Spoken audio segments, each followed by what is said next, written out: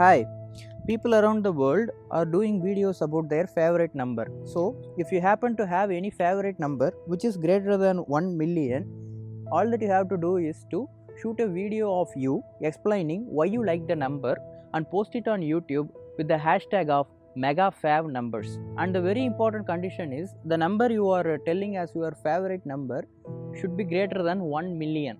And this is my video of explaining my favorite number greater than 1 million, which unfortunately happened to be very insignificant number in mathematics, and we will dig a little bit into the reasons for why this number is so insignificant in mathematics.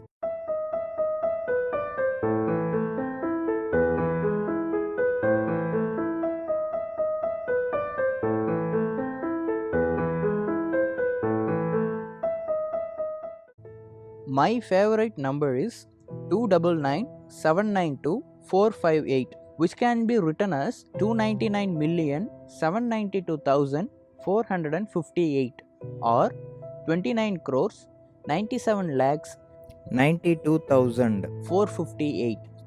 And believe me, this number will be the most insignificant number you will ever come across in mathematics. I tried something to make it look like something special, and everything end up in a failure. If you add all the digits of the number, you will end up with 55. And if you multiply all the digits of the number, you will end up with 3265920. And this number is a big number.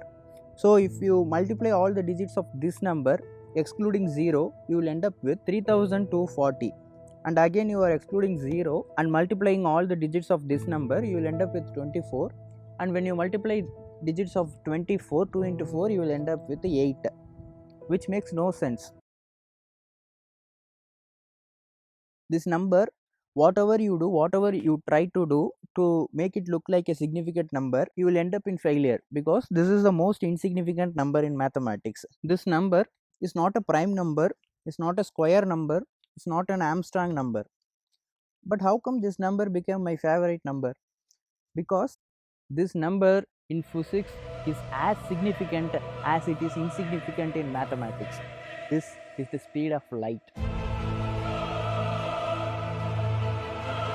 And this is the maximum speed, threshold speed limit with which anything in the universe can move. The speed of light actually has nothing to do with light. Light is the first thing in which we first observed this speed. Many things in physics move with this velocity. For instance, gravitational waves, magnetic waves, electricity, all this will move in the velocity of light. First we calculated the speed in the light, so all the fame went to light. But actually, this is the speed with which many phenomena, forces will move. There is a constant called permittivity, which is the number of electric lines of force crossing per unit area in space, value of which is 8.8 into 10 power minus 12. And there is another constant called permeability, which will signify the number of magnetic lines of force per unit area in space, and which has the value of 1.2 into 10 power minus 6. If you multiply these both and take square root and reciprocal, you will end up with the velocity of light. That is called as Maxwell's equation to calculate the velocity of electromagnetic forces. If you notice, neither the velocity of light nor the constants which we used to calculate the velocity of light are beautiful or pleasant. This number doesn't look like very significant numbers. But why? Not only these numbers, many important numbers in nature suffer this. For example, if you take a unit square and take the value of the diagonal, you will end up with an irrational number, root 2. Square, which is the basic unit in nature, has a diagonal which happens to be an irrational number. And if you take a circle and if you take the ratio of its diameter and circumference, you will again end up with an irrational number, pi. All of nature is having this irrationality.